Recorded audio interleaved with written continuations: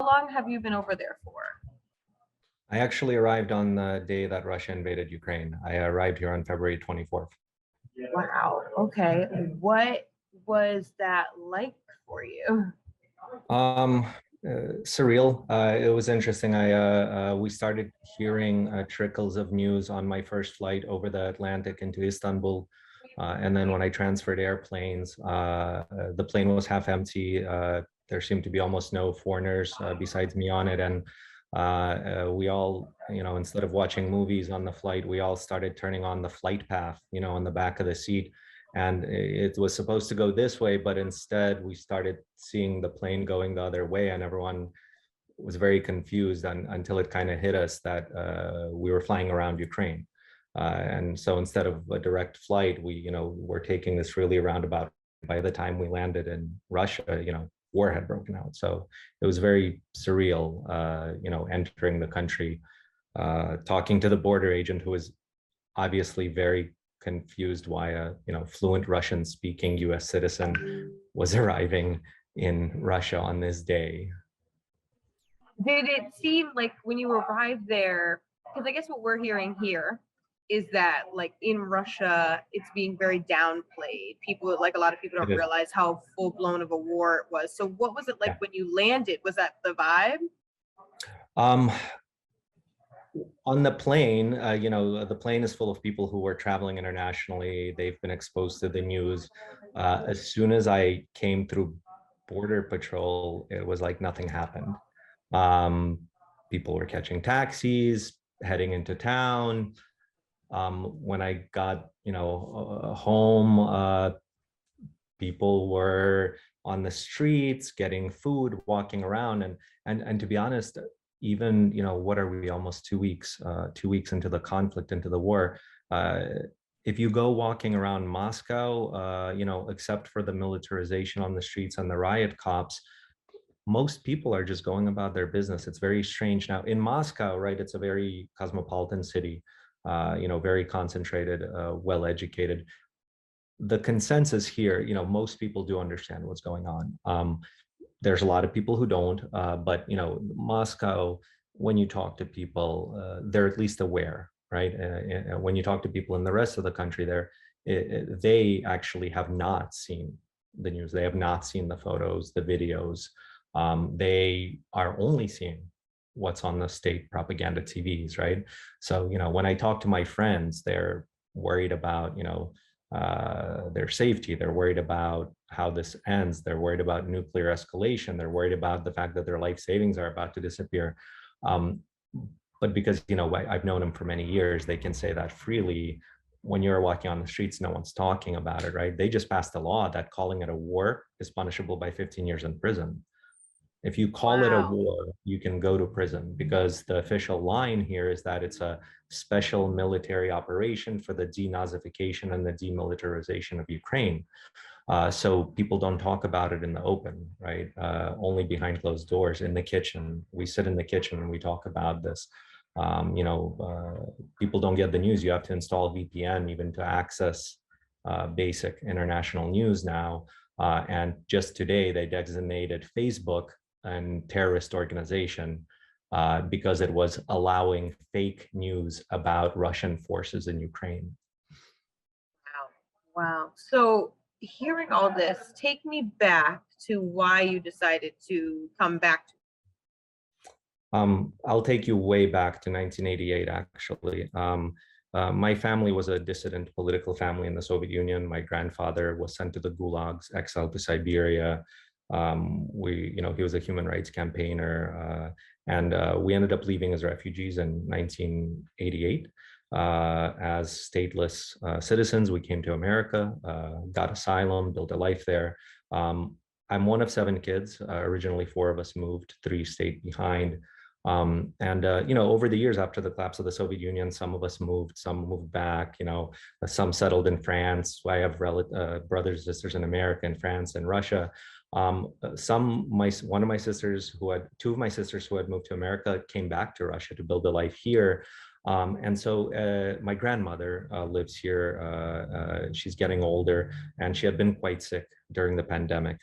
There was a window when the pandemic had blocked travel to Russia for non-citizens, and they opened up travel. And with the army amassing on the border of Ukraine, I felt I had a window when I could see her. And we don't know how much longer she had, right? When she got COVID, she lost consciousness for multiple weeks. I had a window to visit her. I felt between the pandemic and potential war. I didn't realize it was, I could not have even imagined it was such a small window. I knew I needed to come back to see her. And if things did break out, I wanted to make sure that I could be here with my family. I remember my boss asking me, he's like, "Are you sure you want to go there? They're amassing troops on the border, with Ukraine." And I told him even at the time, if I'm going to get stuck, I'd rather get stuck there than get stuck not being able to see my family again. And so I arrived, again, I had no idea I'd be arriving literally on the day that the war broke out. I had a return ticket on March 9th, which I didn't take because we had spent my time here helping my relatives leave the country. My male relatives all were able to leave for both threat of persecution and conscription into the armed forces. My other sister had left with her kids. They just arrived safely in California, but my grandmother is sick and largely bedridden. And my other sister here and her brother are the only other caretakers besides me right now with her. And they're, as my family has been since the Soviet Union, very politically active. My sister's a poet, brother-in-law is a documentary filmmaker. We're all very active in human rights work. They were very involved with the Human Rights Memorial Organization, which was just shut down by the Supreme Court for being a foreign agent. This is what they call any nonprofit that works on human rights and receives international funding now. They actually just passed a law today to make a centralized list of foreign agents so that they can be closely monitored and prevented from participating in any civic life. If my sister and brother-in-law are arrested, my grandmother would have no one to care for her. So I'm staying here until we can arrange safe passage for her out of the country. And the reason I, brought you back to 1988 is because I don't think we could have imagined when we left then that 33 years later, we'd be in the same situation, needing to leave the country. That's home. That's my birth country, my sister, a country where she built a life. But here we are again, 33 years later on the precipice of the collapse of a modern, free, democratic Russia, again, trying to find safe passage for my family outside the country. So you said your siblings who have already left because of fear of prosecution. Yeah. Especially my youngest nephew, he's 16, was very active, very vocal. He's a youth organizer, helped organize protests, actions, as they call them here. He had been very vocal online. He performed at the closing anti-war rally at the Memorial Human Rights Center. He was under double threat, right? Political persecution and also conscription into the armed forces in Russia. All males have to serve. And if there's a general mobilization, then all males of serving age could be called up. It hasn't happened yet right now. They're still, using what they call, volunteer and career military, but they are, blocking the exit of army age males from the country. He had to get out. Him and his two brothers are now safely in Georgia, the country, not the state. And then my other sister also had to get out. She obviously was under not threat of recruiting into the armed forces, but she couldn't stay here with her kids. They are being indoctrinated in the schools. The government is, forcing teachers to talk to students about the special operation and how we're there to save people. People feel like there's no life anymore for them here. Yeah, it sounds very grim, very, very grim. Is there So essentially, there's your grandmother has to stay there. There's no way to help her leave. Well, if you know any good immigration attorneys, we're trying to bring her to be with family in the U.S. Our hope is that it's not permanent, right? Our hope is that this passes. Our hope is that this brings about changes because it forces a reckoning for the people of Russia. But in the meantime, if they block the borders and no family can come see her again, she's 94 years old. She has a lot of medical needs. So we're trying to get her to be able to come to the US to be with family. And right now she doesn't have travel permits. She's only a Russian citizen. She doesn't have a Schengen visa for Europe. She doesn't have an American visa. Um, and my sister and brother-in-law, who are very politically active, as long as she's here, they're handicapped. They cannot, they can't escape. They can't hide. They can't do really anything to secure their own safety because they have to stay and take care of her. So, our number one priority is to get her to a safe location so that they can at least have independent movement if their safety is endangered. Right. So I guess what is your and your family's end goal then? My sister intends to stay here for now. Obviously, if things escalate to a certain point, right? Everyone who is a conscientious objector to the war in Ukraine will have to go. But I think she's of the opinion that my grandfather was when he was arrested in the Soviet Union. He was given an opportunity to leave the country because they didn't want dissidents speaking against the power. And some of his friends took that offer and left the Soviet Union, and he stayed. And I remember asking him years later, why? Like you could have left. Instead, he was sent to labor camps and then exiled to Siberia. And his answer was really simple. If I leave and if everyone like me leaves, then what kind of country are we leaving behind? And I think my sister is taking very much the same opinion, as many people are. A lot of people are saying, where are the mass protests? Where are the movements? We have had protests here. I've attended them. I've helped organize some of them. And honestly, what happens is when people show up to the metro station, they're arrested before they get outside. It's Wow. like lemmings to slaughter. They just walk up the stairs and they just get escorted into they call them автозаки.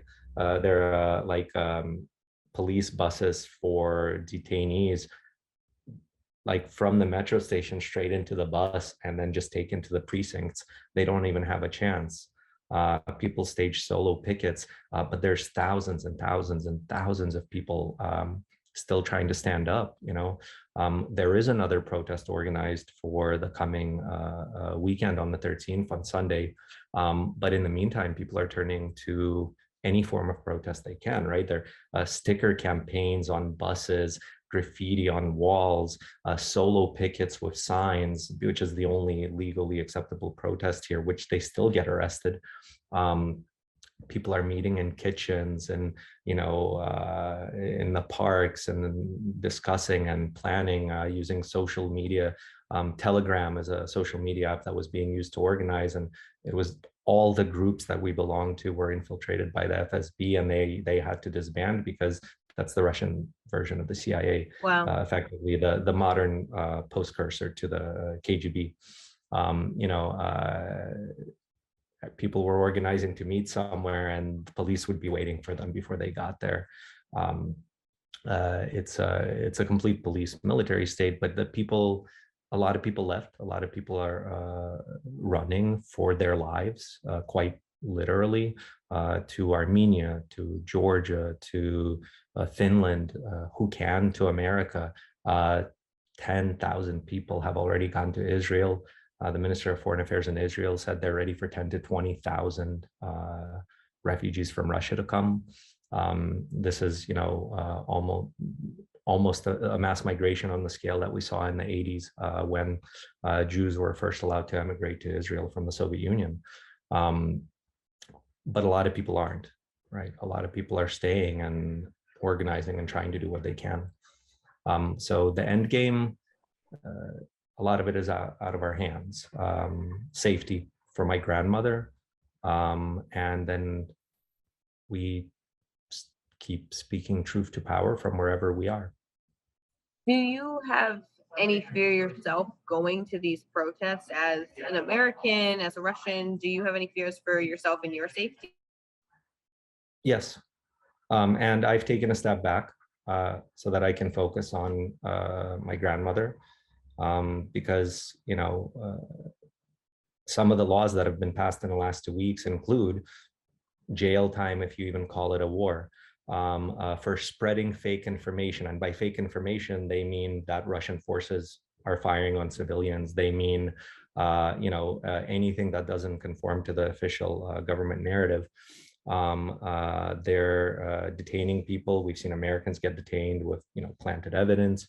Some people get arrested and released with administrative fines. Other people are held and beaten. So yeah, there's a very real danger, and I'm not trying to get arrested.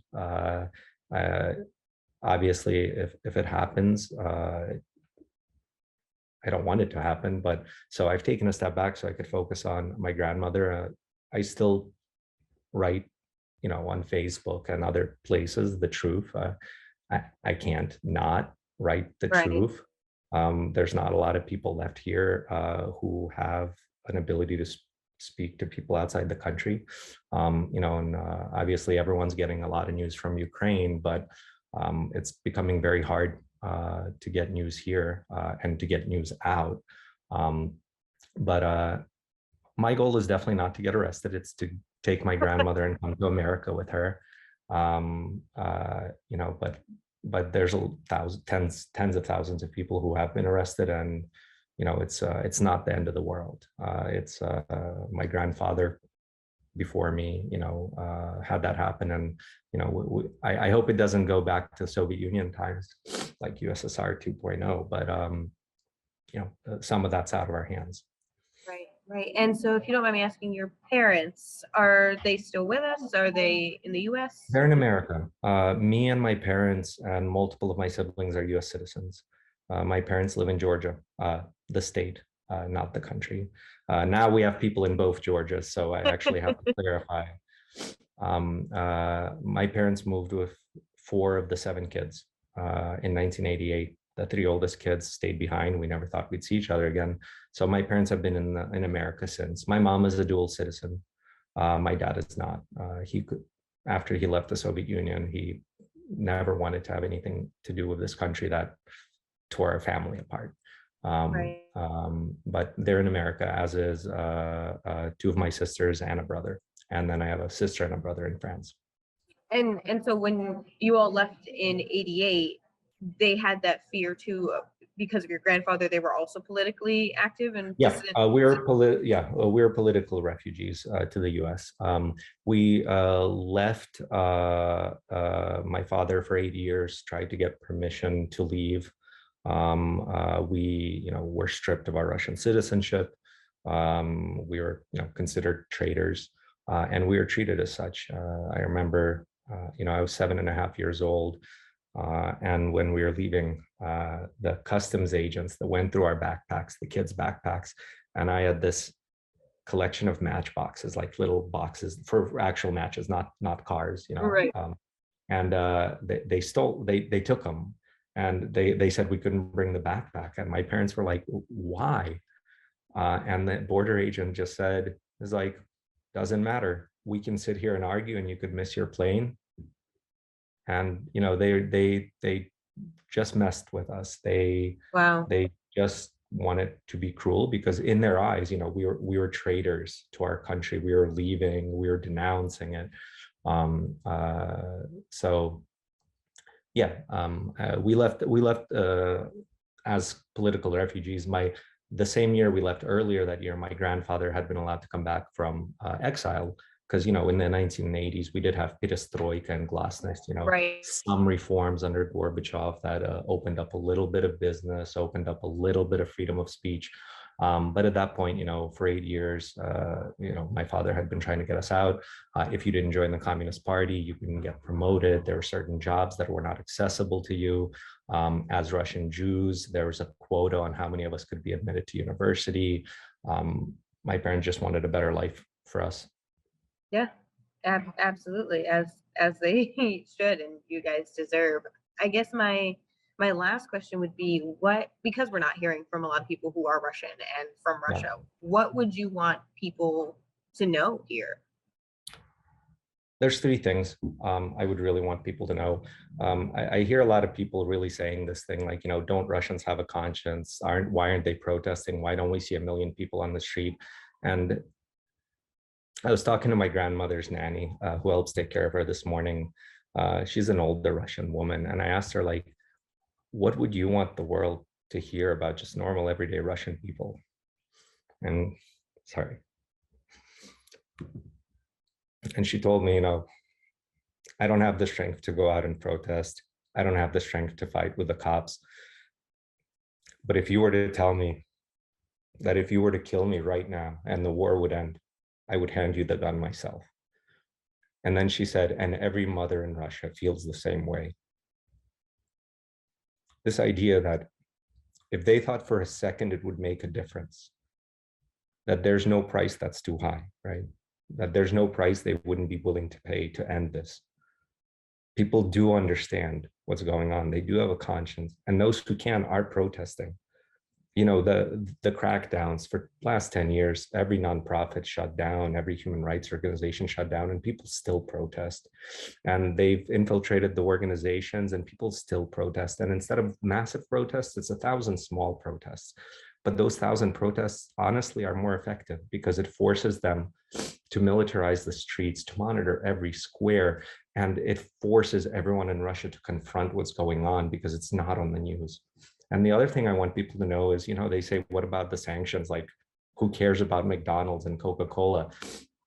And I want people to understand that that's actually the most important kind of sanctions. It seems silly, but when every time a child says, why can't I eat at McDonald's, right? Every time someone says, why can't I get a coffee at Starbucks? It forces a conversation that otherwise people get to just blissfully ignore because they're not getting images of fleeing families and maternity wards getting bombed. And they're not seeing that, but they're seeing Coca-Cola disappear from the shelves. They're seeing McDonald's close, and that forces a conversation that forces them to confront that something is wrong, right? It forces them to at least, maybe the answer they arrive at is the West hates us, but it forces them to do so conscientiously instead of just blindly ingesting propaganda, right? It forces the conversation all across Russia.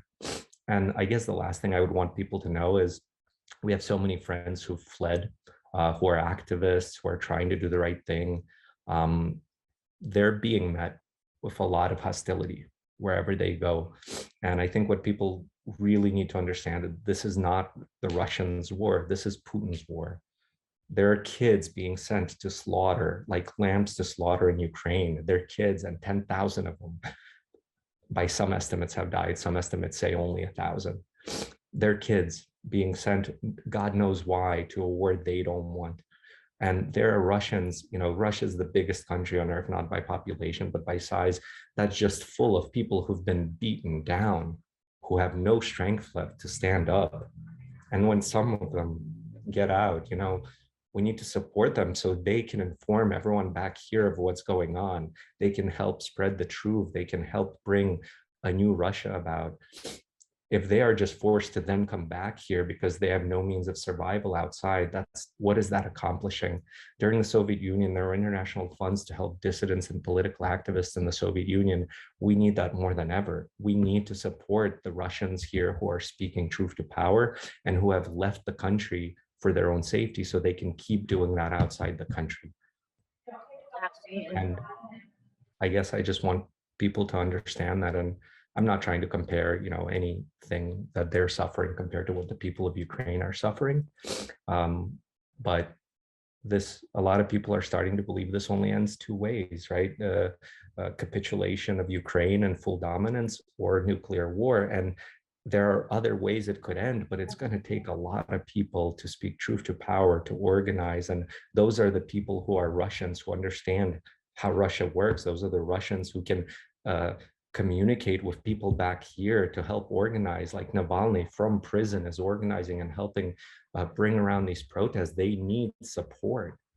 We can't view them as criminals. We need to support them to bring something about. Otherwise, there's no chance. So I just want people to understand that, I guess.